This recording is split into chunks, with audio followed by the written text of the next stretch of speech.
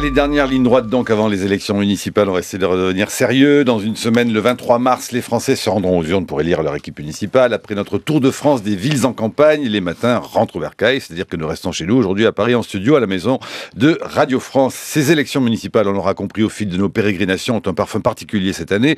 Vote sanction, accroissement des inégalités, difficile mobilité, les grandes problématiques communes ne manquent pas. À cela s'ajoute le projet de simplification du millefeuille territorial qui inquiète dans les rangs de très nombreux élus locaux. Tandis que ce projet de réforme territoriale fait ses premiers pas, chancelant, chez certains maires d'Île-de-France, la crainte d'une perte de pouvoir grandit et au loin une ombre se profile, celle de Godzilla, alias le Grand Paris. Une fois cette métropole de grande envergure mise en place, quelle sera la marge de manœuvre de nos bons maires à écharpe? Quelles décisions pourront-ils encore prendre pour leur commune, s'ils peuvent encore en prendre? Dernier épisode donc de ces villes en campagne, et donc une formule un peu spéciale, il faut l'avouer, puisque nous parlerons davantage de région, de cette région en campagne, que de la seule bataille pour Paris aujourd'hui, et nous nous attarderons ce matin sur les grands enjeux qui animent la région Île-de-France, avec nos invités, spécialistes de la question s'il en est, et coutumiers, qui ont tous les deux connu la vie de maire, cela dit, et ont tous deux des responsabilités au niveau régional ou départemental. Je commencerai par l'ordre alphabétique. Patrick Devedjian, donc bonjour.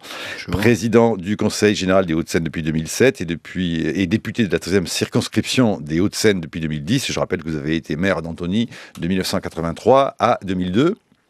Et Jean-Paul Huchon, donc bonjour, président du Conseil régional de l'Île-de-France depuis 1998. Vous avez été, vous, maire de Conflans-Sainte-Honorine de 1994 à 2001 et vous venez de publier un essai à la Fondation Jean Jaurès, Confiance, cohésion, conviction. Tiens, tenez, puisque une de Libération aujourd'hui parle de la lutte contre la pollution, que vous avez pris des mesures, Jean-Paul Huchon, pour ces questions-là, et que le titre notamment est l'enfumage, peut-être faut-il faire tout de même avec Frédéric Mettezo un point politique sur les affaires dans les hautes sphères de l'État aujourd'hui, dont certains disent qu'elles correspondent à une sorte d'enfumage du gouvernement qui se contredit. Christiane Taubira a-t-elle menti? Ça avait été le nom pour les écoutes de Sarkozy, est-elle désavouée et approuvée? La droite, Jean-François Copé, tire dessus à boulet rouge en réclamant sa démission. Enfumage, cette affaire d'écoute Sarkozy et de qui savait quoi, selon vous, Patrick Devedjian? Grande confusion, en tous les cas. Les Français auront retenu qu'on n'a pas dit la vérité, mais pas plus Madame Taubira que Monsieur Hérault, car j'ai vu la séquence dans laquelle il dit qu'il ne savait pas, puis après, il dit qu'il savait. Enfin, le sujet n'est pas là. Le sujet, pour moi, il est celui des libertés fondamentales. Est-ce que c'est grave? Est-ce que c'est une affaire grave ou est-ce que c'est un brouhaha politico-politicien? Non, pour moi, c'est grave. Ce qui est grave, c'est d'écouter, au-delà des personnes politiques en cause, ce qui est grave, c'est d'écouter la conversation entre un avocat et son client. Et c'est de mettre, avec, je trouve, beaucoup de légèreté, les gens sur écoute. Ça, c'est grave. Et c'est des atteintes aux libertés individuelles, et ça dépasse les personnes en cause. Mais la droite a-t-elle des leçons de morale à donner sur les écoutes de la gauche? C'est assez partagé quand même comme pratique. Certainement. Le sujet n'est pas là. Essayons de ne pas en faire un débat politicien et de voir dans quelles conditions, finalement, dans notre société, on est de plus en plus contrôlé, surveillé, écouté par les pouvoirs publics, de manière clandestine, fiché, et le citoyen est de plus en plus encadré dans un faisceau de contraintes, et c'est très grave. Et en l'occurrence, les juges d'instruction... Vous êtes les plus imparlants. Vous avez dit, si cette affaire devait finir devant la Cour européenne des droits de l'homme, oui, la France serait condamnée. Oui, je le pense. Pourquoi? Parce qu'il y a une jurisprudence de la Cour européenne des droits de l'homme qui, sur les questions d'écoute téléphonique, est très sourcilleuse, et on voit bien que les juges ont agi avec beaucoup d'audace, en l'occurrence, puisque, je rappelle, ils mettent Nicolas Sarkozy sur écoute à partir de leurs soupçons sur la question libyenne. Ils ne trouvent absolument rien dans ce domaine, ils prolongent, et à l'occasion de cette prolongation, ils cherchent la légitimité de leur démarche pour découvrir de nouvelles infractions, et non pas celles qui ont été à l'origine de l'écoute, qui prouvent bien qu'elles étaient irrégulières. Et c'est en plus, les infractions qui sont invoquées sont assez risibles parce que la violation du secret de l'instruction, il y en a 10 000 par an en France de violations. La presse vit de ça. Il n'y a plus de secret de l'instruction, même. Il y en a plus. On est bien d'accord. Oui, donc, poursuivre quelqu'un pour violation du secret de l'instruction, c'est se moquer du monde. Surtout quand c'est la personne qui est poursuivie qui n'y est pas tenue, et surtout quand c'est un avocat qui doit même rendre compte de l'instruction à son client. Jean-Paul Huchon, faut-il rappeler que vous avez été directeur de cabinet de Michel Rocard à Matignon, donc vous connaissez ces affaires au fond de secret d'État, d'écoute, de ce qu'on veut dire, de ce qu'on ne doit pas dire. Comment expliquez-vous d'abord le fait que Jean-Marc Ayrault et Christine Taubira tout de même se soient pris les pieds un peu dans le tapis ces derniers temps, mais surtout concernant le fait qu'ils étaient au courant des écoutes mais qu'ils n'en ont pas parlé, étaient-ils tenus de garder un secret? Écoutez, c'est Michel Rocard avec qui je travaillais à l'époque, c'est même la dernière loi qu'il a présentée au Conseil des ministres, qui a légiféré en matière d'écoute administrative. Les écoutes judiciaires, elles ne sont pas critiquables de la même manière, dans la mesure où c'est sur instruction, commission rogatoire, c'est le magistrat qui le décide. Là où je suis un peu d'accord avec Patrick Dubéjean, c'est que il y a un vrai risque dans cette affaire. C'est la question de l'écoute des avocats et du secret professionnel. Cette question devra, d'une manière ou d'une autre, peut-être pas être traitée dans la loi, mais il faut qu'on ait un débat là-dessus. Mais sur les écoutes administratives, nous avons mis les choses au clair, au point.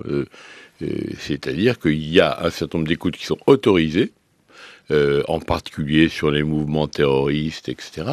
Mais ça n'a rien à voir avec l'affaire que nous regardons là. Et cette affaire, elle est troublante au niveau du degré un petit peu de confusion. Est-ce que tout le monde a bien compris de quoi il s'agissait? Moi, je fais confiance à l'honnêteté foncière de Jean-Marc Ayrault, Christiane Taubira aussi, bien sûr. Tout à l'heure, les observateurs disent que dans un cas comme ça, elle devrait démissionner sur le champ. On ne peut pas, dans une affaire comme celle-là, dire que les pouvoirs publics ont été à la manœuvre. Ce n'est pas vrai. Et vous le savez bien. Et genre, tout le monde le sait bien. Il y a eu non, parce que c'est pas le genre... Bon, il y a un raté, quoi. C'est pas le genre Monsieur Huchon, il y a un loupé de communication, indiscutablement. Voilà, la question n'est pas tant qui a ordonné les écoutes et pourquoi... Ce qui est énorme, c'est que cette affaire est quand même une affaire... où il y a des gens qui sont mis en cause, y compris par la justice, même au plus haut niveau. On va parler des soupçons, mais sur la réponse du gouvernement, on a tout de même c'est paradoxal que le gouvernement se trouve exposé à une forme de moquerie ou de vindicte publique, alors que c'est quand même une affaire mais on va parler des soupçons, judiciaire qui n'est pas totalement sans conséquence. Il y a tout de même des bugs de communication majeurs. Libération publie ce matin un article très circonstancié sur toutes les réunions interministérielles qui fonctionnent. Vous avez, on l'a dit, été au cœur du pouvoir. Pourquoi ça marche pas? Pourquoi ils n'arrivent pas à se parler et à dire la même chose? De mon temps, ça a fonctionné. En tout cas, on n'a jamais eu ce type de surtout, problème. Non, c'est vrai. Ce qui gêne dans l'affaire... Je crois pouvoir vous dire pourquoi ça marche pas. C'est parce que je pense qu'il faut un gouvernement beaucoup plus resserré, avec des ministres disposant de pouvoirs larges dans des grands ministères, et il faut recruter les membres des cabinets autrement que comme on le fait aujourd'hui, c'est-à-dire avec des gens qui ont une certaine expérience. Alors, défaut de méthode, politique, quand même. Une certaine expérience du terrain aussi. Jean-Paul, il me faut faire attention au temps de parole. Voilà. Je voudrais que ce qui gêne dans l'affaire, c'est que les socialistes, pendant très longtemps, ont donné des leçons de morale à tout le monde, en expliquant que la droite avait des pratiques, faisait pression sur la justice, mais que eux, la main sur le cœur, ne faisaient pas ça. Or, qu'est-ce qu'on constate? Premièrement, le gouvernement a constitué très rapidement un parquet financier qui est en fait un parquet politique, car ce parquet financier a hérité immédiatement d'affaires à caractère politique, immédiatement. Les magistrats qui l'occupent ont été soigneusement choisis par le gouvernement. Et comme quand même on veut toujours avoir l'air plus vertueux que tout le monde, on veut dire mais c'est la justice qui agit, nous on n'y est pour rien. Sauf qu'ils étaient informés, mais ça les gêne d'être informés parce qu'ils ont toujours dit qu'ils ne voulaient pas être informés. Finalement, c'est normal d'ailleurs de mon point de vue qu'ils soient informés. Moi je trouve légitime qu'ils soient informés. Mais finalement, mais c'est légitime qu'ils soient informés. Mais ils ont toujours dit le contraire. Alors évidemment, ils sont dans une situation, dans la situation de Tartuffe pris la main dans le sac. Pour clore sur ce chapitre, voilà. Patrick Devedjian, finalement, vous devez être soulagé de vous être un peu éloigné de Nicolas Sarkozy dès 2007 par rapport à des Claude Guéant ou à des François Pérolle qui sont mis en cause par la justice. Vous ne devez pas regretter cette Sarkozy-là ? Je veux dire, moi je suis avocat de formation, de conviction, c'est une grande partie de ma vie, de ce qui m'occupe, et je fais toujours très attention à ces choses-là. C'est-à-dire ? Et je n'y prête pas la main. Vous êtes choqué par les écoutes Buisson ? Ah bah oui, je suis scandalisé par les écoutes Buisson. Je suis scandalisé. Oui, les enregistrements. Les enregistrements, bien sûr. Oui. Mais ce qu'il faut savoir, c'est malheureusement des pratiques qui se développent. Ce qu'a fait Buisson est inadmissible, a fortiori à l'égard du président de la République, quel qu'il soit d'ailleurs, mais c'est scandaleux. Jean-Paul Huchon, je pense que cette affaire Buisson met en cause quand même le mode de gouvernance du président de la République, le choix de ses amis, le choix de ses collaborateurs. On a vraiment le sentiment que l'autorité de l'État n'est pas véritablement respectée. Et ça, c'est une des raisons pour lesquelles Sarkozy a perdu. Alors, enchaînons tout de même avec ce qui... Et une raison pour laquelle Hollande perdra. Alors, ça, c'est Madame Soleil qui parle tout d'un coup chez vous, Patrick Devedjian. Non, parlons du sujet qui occupe beaucoup de franciliens, mais pas seulement, mais en l'occurrence là, l'Île-de-France, la question de la pollution, les particules fines. Dans votre livre et dans votre essai, Jean-Paul Huchon, Confiance, cohésion, conviction, vous dites la clé est dans la mobilité. Mais est-ce qu'avec les pics de pollution, on ne s'aperçoit pas justement du problème de gestion que représente cette fameuse mobilité en Île-de-France ? Écoutez, pendant de très longues années, on a laissé... au fond, se développer un usage de l'automobile dans les centres urbains excessif. Mais en même temps, nous avons été victimes de la priorité absolue au TGV qui avait été mise en place par les différents gouvernements qui sont succédés. Je n'incrimine personne en particulier. Aujourd'hui, on s'est rendu compte qu'il fallait prendre en compte les soucis de mobilité, de déplacement, de ces 65% de voyageurs français qui sont des franciliens, parce que c'est là que les choses se passent. Et donc aujourd'hui, il y a un effort en matière de transport public.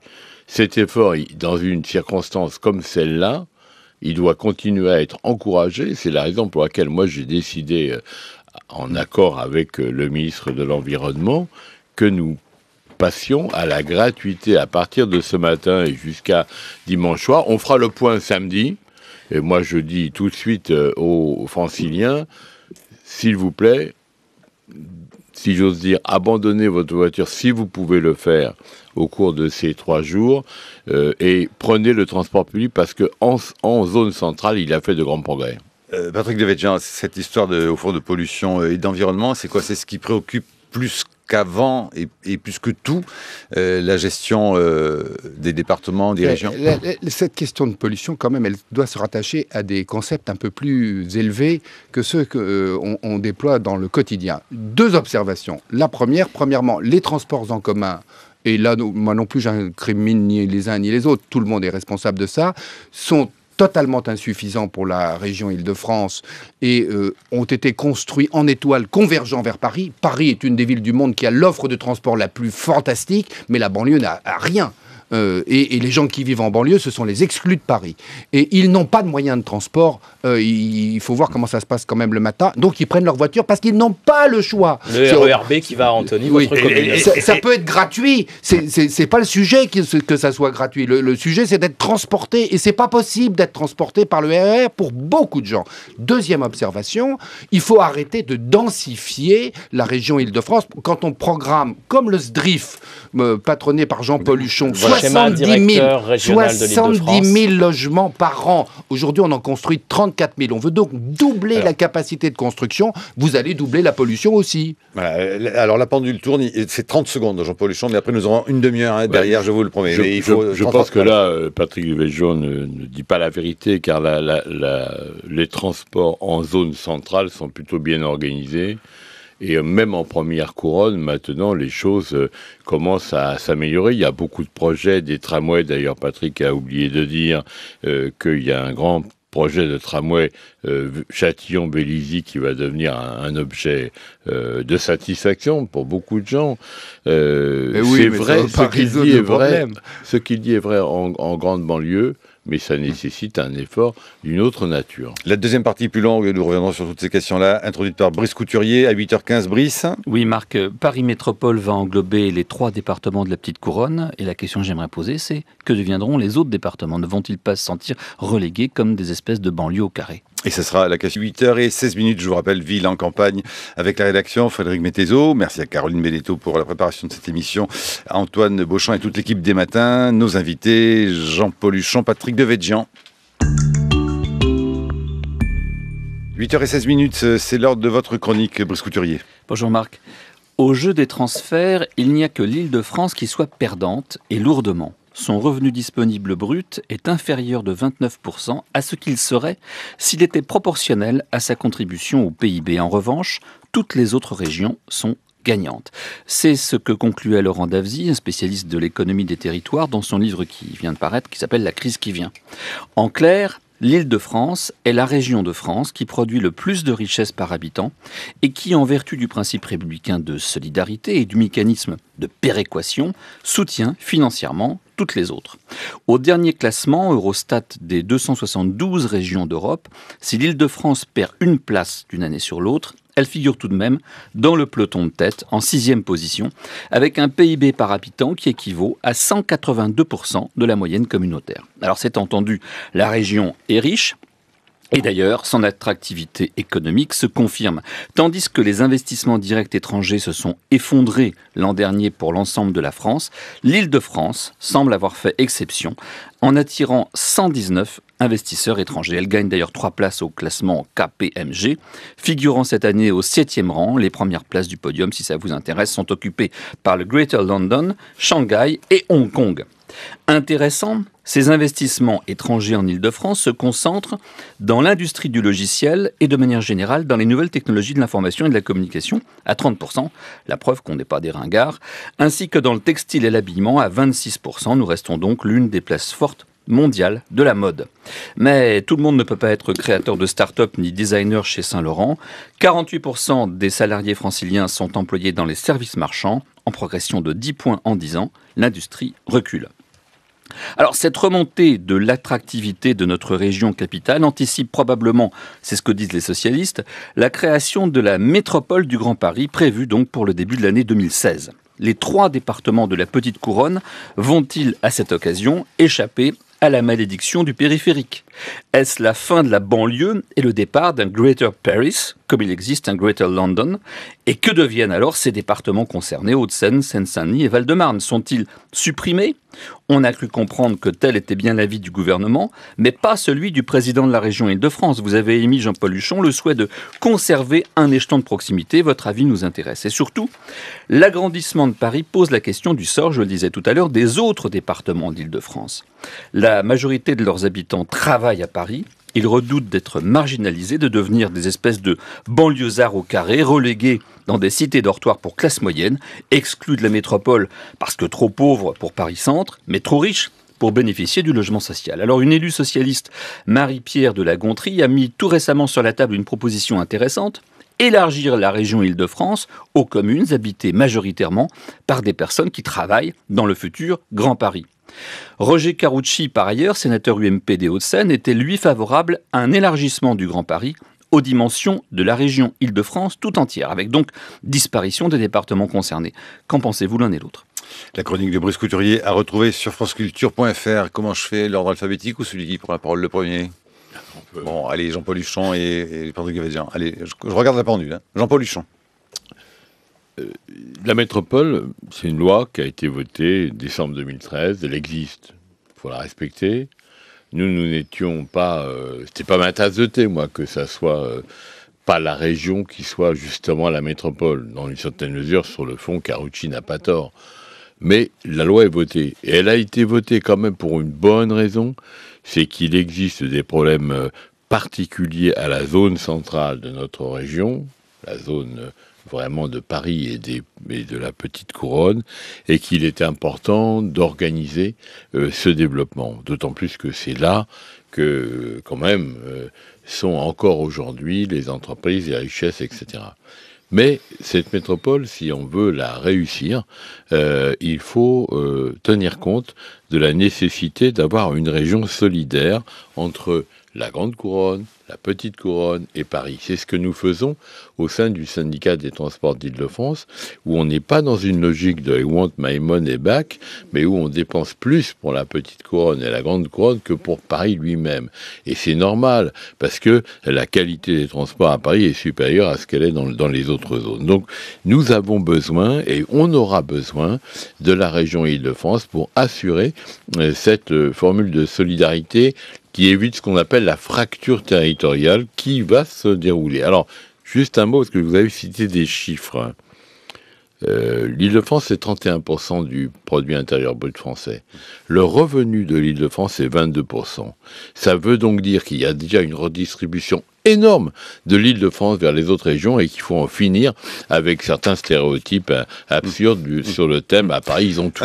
Enfin, cela dit, certains se posent la question de savoir si au fond la métropole d'un grand Paris, ce ne serait pas un trop grand Paris, Paris en l'occurrence sans S. Je vous propose d'écouter et de réagir juste après une analyse assez factuelle d'un sociologue, d'un chercheur à Sciences Po, Frédéric Gilly, directeur associé de l'agence de conseil Campana, qui publie aux presses de Sciences Po « Grand Paris, l'émergence d'une métropole ». C'est paru au mois de février dernier. Il nous a expliqué pourquoi, au fond, les villes d'Île-de-France devraient réfléchir davantage à leur place dans le Grand Paris, ce qui est pour lui l'enjeu essentiel, entre autres, du prochain mandat municipal qui nous occupe. Il répond aux questions d'Amélie Perrault. En fait, le dynamisme de la région parisienne, il est en grande partie lié à sa diversité, à sa jeunesse et à la multiplicité des expériences possibles, notamment pour les entreprises qui font de l'innovation. Et cette multiplicité des situations urbaines, c'est dans le partenariat entre Paris et la banlieue qu'on va le trouver, et dans le partenariat entre les banlieues. Il ne faut pas tout le temps opposer Paris à sa banlieue. Il y a aussi toute la diversité de la banlieue à faire vivre ensemble. On est en pleines élections municipales aujourd'hui.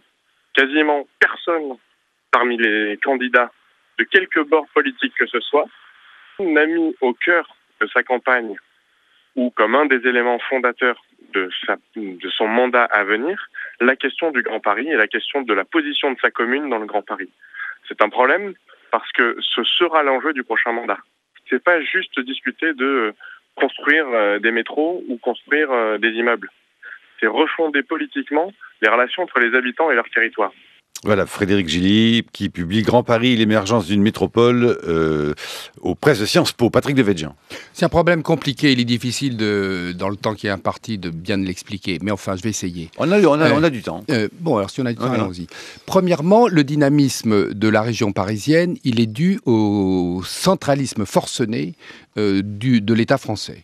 Et le développement économique, chaque fois que l'État crée quelque chose, il le crée en région parisienne. Et de ça depuis 150 ans, à peu près. Et donc, évidemment, toute l'administration est installée en région parisienne, souvent même dans le 7e arrondissement, et l'économie se coagule... Précis. Non, mais principalement, quand vous allez dans le 7e arrondissement, il n'y a que des administrations. Et l'économie se coagule autour de l'administration, ce qui crée donc le dynamisme. Il ne faut pas dire que c'est génial, c'est l'effet du centralisme. Et en même temps, le reste du territoire a tendance à avoir de gros problèmes. Alors, la métropole, c'est un phénomène mondial, le système des métropoles, et tout le monde est d'accord pour créer une métropole. Sauf que partout dans le monde, quand on crée une métropole, c'est pour lui confier des compétences stratégiques. Et ce n'est pas notre cas. Nous avons... Et c'est quoi les compétences stratégiques ? Les compétences stratégiques. Alors, je vais donner quelques exemples. Par exemple, les transports, c'est une compétence stratégique. D'accord. C'est pas la compétence de la métropole, la région la conserve. Par exemple, les grandes voiries, c'est une compétence stratégique. C'est pas dans la métropole. Le périphérique parisien, par exemple, n'est pas inclus dans les compétences de la métropole. La A86 n'est pas inclus dans la compétence de la métropole. Les aéroports, c'est une compétence stratégique. Ce n'est pas dans la métropole. L'économie, c'est une compétence stratégique, ce n'est pas dans la métropole. Donc la métropole, elle a une obsession, c'est le logement, et notamment le logement social. Or, si on regarde un peu les choses, un des effets du centralisme, c'est qu'effectivement, on a un grand besoin de logement en région parisienne, puisque toute l'activité est développée là au détriment du reste du pays. Et en même temps, par exemple, nous avons 15 à 20 départements en France où il y a 8% de vacances dans les logements sociaux, parce qu'il n'y a pas d'activité. Et donc, nous avons un grand gâchis de deniers publics. On a construit des logements sociaux qui sont vides aujourd'hui. Donc, il y a l'effet du centralisme. Quant à la métropole elle-même, elle a été faite absolument à la hussarde, sans la moindre concertation, quand vous pensez que c'est seulement le résultat d'un amendement. C'est le gouvernement, au lieu de déposer un projet de loi sur la métropole parisienne telle qu'elle est, s'est contenté, au dernier moment, on l'a découvert le jour où il était sur le bureau de la commission des lois, cet amendement dans son contenu, le gouvernement, c'est un amendement de 50 pages, de plus de 120 articles, et pour l'essentiel, la question n'est pas traitée. Pour tout ce qui est budgétaire, pour tout ce qui est financier, pour tout ce qui est fiscal, c'est renvoyé à une ordonnance qui doit être prise dans les 18 mois et dont on ne connaît absolument pas le contenu. Mais il y a au moins une chose dont on est sûr et dont on ne parle pas, alors que pourtant on est dans les élections municipales. Il y a une chose dont on est sûr, c'est que la métropole va faire fiscalité commune. Et pour faire fiscalité commune, il va falloir lisser les différents impôts des différentes composantes de la métropole. Donc faire une moyenne de tout cela.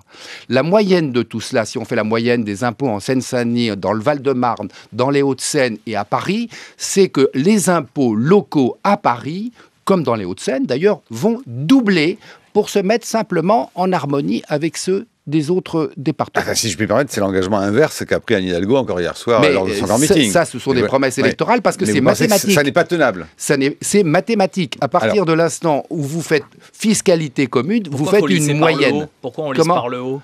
Parce qu'il faut bien financer, ça va coûter très cher. Vous savez, pour vous dire, la gauche a créé en 1998 l'intercommunalité pour lutter contre le fameux millefeuille. 36 000 communes. 36 000 communes, il faut les regrouper. Donc, elle a lancé le processus d'intercommunalité. C'est un processus très difficile de regrouper les communes dans chacune de leurs fonctions, mais elles l'ont fait. Et franchement, ça ne marche pas trop mal. Et ça ne marche pas trop mal. Eh bien, la loi métropole, d'un trait de plume, a supprimé les 19 intercommunalités des 3 départements de la Petite Couronne, qui sont totalement supprimés et que la métropole va absorber avec leurs fonctionnaires, leurs problèmes, leurs difficultés. Il va falloir monter toute cette usine à gaz, et ceci avant le 31 décembre 2015. Allez, je surveille la pendule toujours maintenant, Jean-Paul Huchon. Patrick Devedjian, il ne pratique pas le choc de simplification, c'est le choc du simplisme. Sur un sujet comme celui-là, c'est pas possible de dire des choses aussi basiques et aussi finalement naïves. La vérité, c'est que la métropole n'est pas construite encore. La loi en a fixé le principe. Et je rappelle que c'est totalement absurde de dire que c'est un amendement de 50 pages qui a remplacé un texte. Il y avait un texte, il a été détruit au Sénat pour des raisons qui n'appartiennent qu'au Sénat. Le gouvernement est revenu sur la métropole, c'était son point de vue, il a bien fait. Avec un autre texte. Il a bien fait. Mais ce texte, il existe. Le problème, c'est que après, il faut mettre au point ce qu'on va faire avec les fonctionnaires, la gouvernance, les compétences, etc. Les compétences. Et pour ça, il faut une mission de préfiguration. Elle commence. C'est le préfet de région, plus le président de Paris Métropole qui préexistait auparavant, qui vont le gérer. Moi, j'y serai présent. On y sera présent. On fera valoir les exigences de solidarité et de réciprocité. Donc, je voudrais aussi dire à Patrick Devedjian, j'en ai un peu marre d'entendre dire qu'il ne faut pas de logement, que c'est de la densité, etc. Quel est celui qui a dit qu'il fallait 70 000 logements à l'époque où nous disions dans notre schéma directeur qu'il en faut 60 000, c'est Nicolas Sarkozy. Parce que moi, j'étais avec lui quand il m'a dit ça, à l'Élysée. Mais il dit, combien on construit de logements aujourd'hui? J'ai dit 35 000 par an. Il dit, il faut faire 2 fois. Et c'est comme ça qu'on s'est retrouvé avec ces 70 000 logements qui ne sont pas forcément la meilleure idée, parce qu'on n'est pas capable aujourd'hui d'aller aussi vite. Mais c'est, comme il a marqué sa différence, Patrick Devedjian, avec Nicolas Sarkozy et tous ses amis politiques, je comprends que ça l'ennuie que je reparle de Sarkozy. Et enfin, bien sûr qu'il faut une solidarité fiscale. Aujourd'hui, il y a vraiment de grands écarts de richesse entre les départements et les communes, en Île-de-France. C'est impossible de continuer comme ça. Bien entendu, il faut le faire de manière rigoureuse et juste, parce que c'est tout à fait vrai que dans les Hauts-de-Seine, il y a aussi des problèmes, et ce n'est pas un département aussi uniformément riche que cela. Et donc, nous en tenons compte, puisque nous intervenons auprès du département des Hauts-de-Seine, et Patrick Julien aurait du mal à dire que la région n'a pas soutenu les projets des Hauts-de-Seine. Beaucoup de projets des Hauts-de-Seine en matière de transport, en matière de logement, en matière d'université. Donc, il faut être raison gardée et essayer de faire cette métropole en tenant compte des besoins des uns et des autres. Allez, Frédéric Mettezo. Oui, l'un d'entre vous a parlé de simplisme. Moi, pour le coup, je vais vous poser une question simple. Paris, capitale du monde, c'est au 19e siècle, après que Paris a atteint la masse critique, en annexant Clignancourt, Belleville, Vaugirard, qui étaient des villages. Est-ce qu'aujourd'hui, plutôt que monter une usine à gaz, il ne faudrait pas un Paris à 30 arrondissements, Saint-Denis, Levallois, Neuilly, devenant des arrondissements de Paris? Alors, qui pour faire le Haussmann? Il y a déjà Deauville qui est le 21e. Qui pour faire le Haussmann de 2014-2030? Vous n'avez pas besoin de ça sur le territoire de la région Île-de-France, qui est la plus petite en surface de l'ensemble des régions françaises. Il y a la place pour organiser la coopération des collectivités avec une sorte de leadership aimable de la région Île-de-France. C'est comme ça que je vois les choses, et c'est comme ça que ça se terminera, parce qu'on verra bien que les constructions éventuellement artificielles dont rêvent certains ne pourront pas se mettre en place. Tout le monde veut simplifier, et puis le président de région dit c'est la région qui doit faire, le président de département dit c'est le département qui doit faire. Non, mais bref, il y a la loi on simplifie chez le voisin. Il y a la loi pour ça. Par exemple, c'est absurde de dire qu'il ne faut pas que ce soit la région qui s'occupe des transports. Les transports, ça commence dans le centre de Paris et ça va jusqu'à Coulommiers ou la Ferté-sous-Jouarre. C'est vrai, mais parce que la coexistence entre la région et la métropole pose des incohérences. C'est vrai que c'est une compétence de la région, c'est assez légitime qu'elle l'exerce, mais c'est parce que justement la région va se trouver amputée par le fait métropolitain.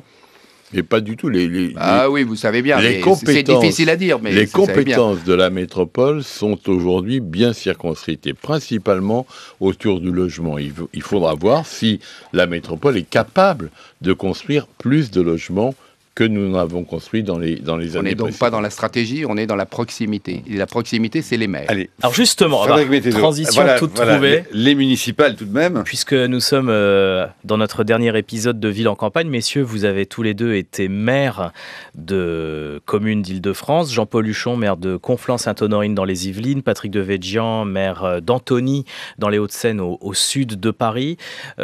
Maire, est-ce que c'est le plus beau des mandats politiques à exercer ?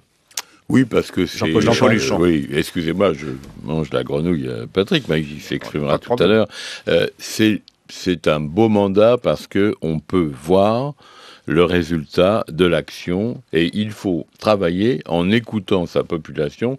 On ne peut pas être un maire autocrate qui impose tout à tout le monde. Donc c'est une excellente leçon pour les dirigeants politiques. C'est même la meilleure leçon pour un dirigeant politique. C'est en tout cas le plus apprécié.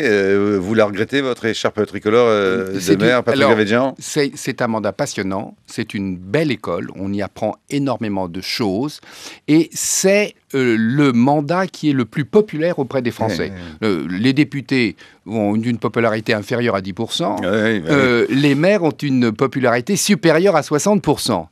Ils sont aimés, et parce que, en fait, c'est un mandat qui est extrêmement prenant. Mais précisément, la métropole consiste à déposséder les maires. Ceux qui sont les plus appréciés des Français, qui sont dans la proximité, vont être totalement dépossédés de l'essentiel de leurs prérogatives, c'est-à-dire l'urbanisme et le logement, par une métropole qui va être d'abord technocratique et très éloignée, parisienne, parce qu'on a bien entendu d'ailleurs tout à l'heure, vous l'avez bien expliqué, Paris n'arrive pas à loger sa population, donc son problème c'est de les loger chez les autres, ce qu'elle fait d'ailleurs depuis le 19e siècle, parce que depuis le 19e siècle, les usines d'incinération d'ordures ménagères, c'est pour la banlieue, les dépôts de transport, c'est pour la banlieue, même les cimetières, c'est pour la banlieue, Paris n'arrive même pas à enterrer ses morts. Les loyers modérés, Paris. Et les grandes cités, brutale pour loger la population dont Paris ne voulait pas, c'est également pour la banlieue. Avec tout ça, les maires de banlieue, et grâce d'ailleurs, je le dis parce que il faut être juste, grâce à Gaston Defferre, qui a fait la loi de décentralisation de 1982 et qui est un vrai succès, et qui a transformé la banlieue en donnant aux maires des pouvoirs réels, grâce à cela, effectivement, la banlieue a été transformée. Mais ce qui se passe aujourd'hui, c'est un mouvement de recentralisation. Paradoxalement, la gauche recentralise ce qu'elle avait fait avec succès. Alors, et pour faire... je suis en désaccord totalement avec cette interprétation. Même quand il dit du bien de Gaston Defferre ? Non. Moi, je suis fondamentalement fédéraliste, je crois à la décentralisation, et c'est ça qui finira par se passer, parce que nous irons petit à petit vers un modèle à l'allemande. Et moi, j'y suis favorable. C'est le plus efficace des modèles d'organisation sociale. Vous allez faire réagir Brice Couturier. Bravo. Patrick Devedjian, Jean-Paul Huchon, on dit que cette année, et d'ailleurs, on dit des choses très variables, le on étant les titres de la presse nationale ou régionale. Tantôt, les élections municipales de cette année seront fortement teintées d'enjeux nationaux et seront un vote sanction. Et puis, Le Monde nous apprend, daté d'aujourd'hui, que finalement, il y aura sans doute peu de basculement. Quelle est votre analyse sur la situation actuelle ?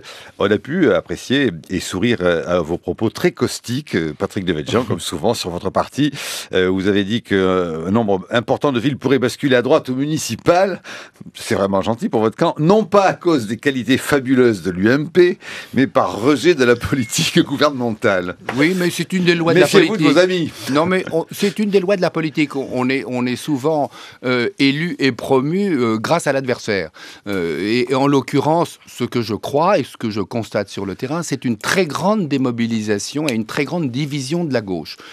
L'électorat de droite n'est pas très satisfait de ses dirigeants, c'est la vérité, mais il y a une beaucoup plus grande démobilisation de l'électorat de gauche. Et je l'ai vécu, moi, parce que j'ai eu une élection législative partielle en décembre 2012, Absolument. 6 mois après l'élection, et j'étais passé au mois de juin avec moins de 51%, tout juste 51%, très très radu. Un peu juste, quoi. Et j'ai été annulé par le Conseil constitutionnel, bon, je passe là-dessus.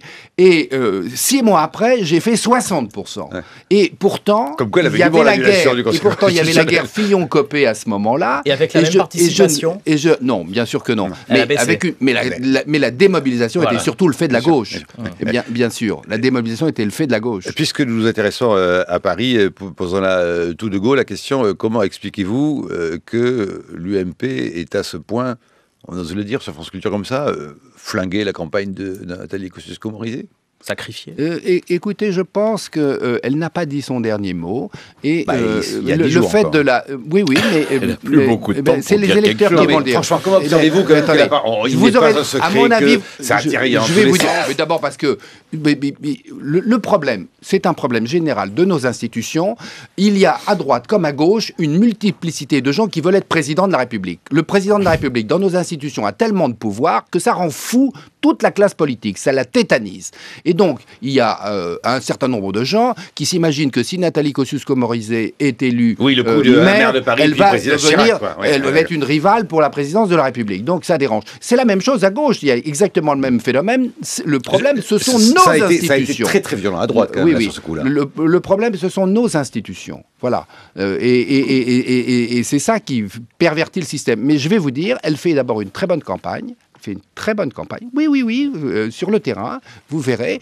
Et vous sous-estimez la démobilisation de la gauche. Jean-Paul Huchon ? Je crois que ça ne sera pas du tout pareil à Paris que peut-être dans d'autres villes. Je pense que le fond de l'affaire, c'est que les électeurs parisiens, ils ont beaucoup apprécié la période de la Noé, le bilan de la Noé, et ils ont le sentiment que, au fond, il est important que cela continue à peu près dans le même sens, avec une équipe plutôt professionnelle et plutôt sérieuse. Et je pense que ça montre que Nathalie Kosciusko-Morizet n'était pas le bon candidat pour Paris, qu'elle a fait des choses extraordinairement fantaisistes et même parfois grotesques et ridicules, comme ces moments de grâce dans le métro, qui resteront quand même un des éléments de la campagne. Et par conséquent, à Paris, je suis assez optimiste. Ailleurs, Je crois qu'il faut tenir compte de ce qui se passe en ce moment, c'est-à-dire qu'il y a une espèce d'hésitation. Moi, je fais beaucoup de campagnes électorales, je suis allé tout à l'heure en Seine-et-Marne, je suis partout. J'ai pas le sentiment qu'il y a un rejet de la haine, etc., à l'égard des sociétés, pas du tout. Et il y a peut-être... De l'indifférence, c'est peut-être encore pire. Je ne sais pas. Il y a en tout cas une illisibilité très importante de ce qui va se passer. Et très franchement, je ne suis pas persuadé que ça soit aussi catastrophique que ça. Je serais plutôt sur l'analyse du monde. Il n'y aura pas finalement beaucoup de mouvements. Et en tout état de cause, le premier tour... C'est ce que disent les derniers sondages. Oui, mais le premier tour ne prédit rien par rapport au second. Frédéric Mettezo, et puis nous arrivons dans la dernière ligne droite de l'émission. Je vais vous dire juste un truc sur les sondages. En 2008, j'ai vécu la campagne des municipales dans le bateau de l'UMP, dont j'étais secrétaire général, et tous les sondages nous donnaient 2,5 points de plus que ce que nous avons fait. Juste 8 jours avant le scrutin. Est-ce qu'il n'y a pas de quoi être pessimiste? On disait c'est un beau mandat, c'est le mandat le plus populaire. En plus, c'est un mandat où on a du temps, on a 6 ans. On ne peut pas être renversé à moins d'une catastrophe. On a une forte légitimité parce qu'on a une forte participation. Donc, il y a tous les ingrédients pour faire le plus beau des mandats. Et pourtant, on voit que l'abstention risque d'être forte. Je ne parle pas tant des votes protestataires que de l'abstention. Pourquoi les maires ne font plus envie ? C'est difficile de prévoir l'abstention. Difficile de prévoir l'abstention. D'ailleurs, les instituts de sondage ne s'y risquent pas. Et je pense qu'il y aura une participation qui ne sera pas aussi mauvaise que ça, parce que les gens s'intéressent véritablement aux enjeux municipaux, ce qui d'ailleurs interroge sur les enjeux nationaux. On ne sait pas très bien ce qu'ils en pensent. C'est un beau mandat, mais c'est un mandat extrêmement fatigant, parce que les électeurs, et ils ont raison, sont de plus en plus exigeants.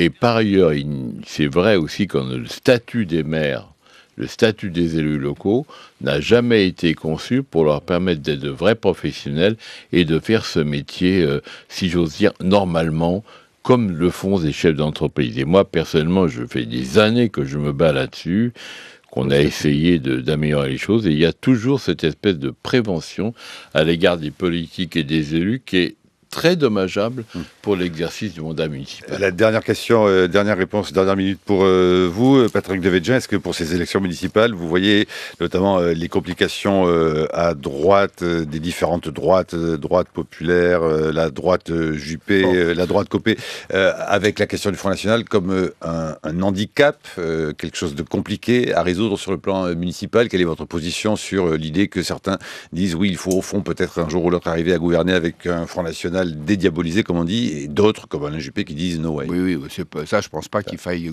mais est-ce que c'est un élément... s'allier au Front National. Est-ce que c'est un élément perturbateur cette année-ci pour ces campagnes-là? Pas plus que d'habitude, c'est récurrent, naturellement. Depuis 1981, la gauche instrumentalise le Front National pour diviser la droite. Ça, c'est même son meilleur appui pour les prochaines élections. Et vous diriez quoi? Et là, nous serions bien idiots de tomber dans le panneau en faisant la moindre alliance avec eux.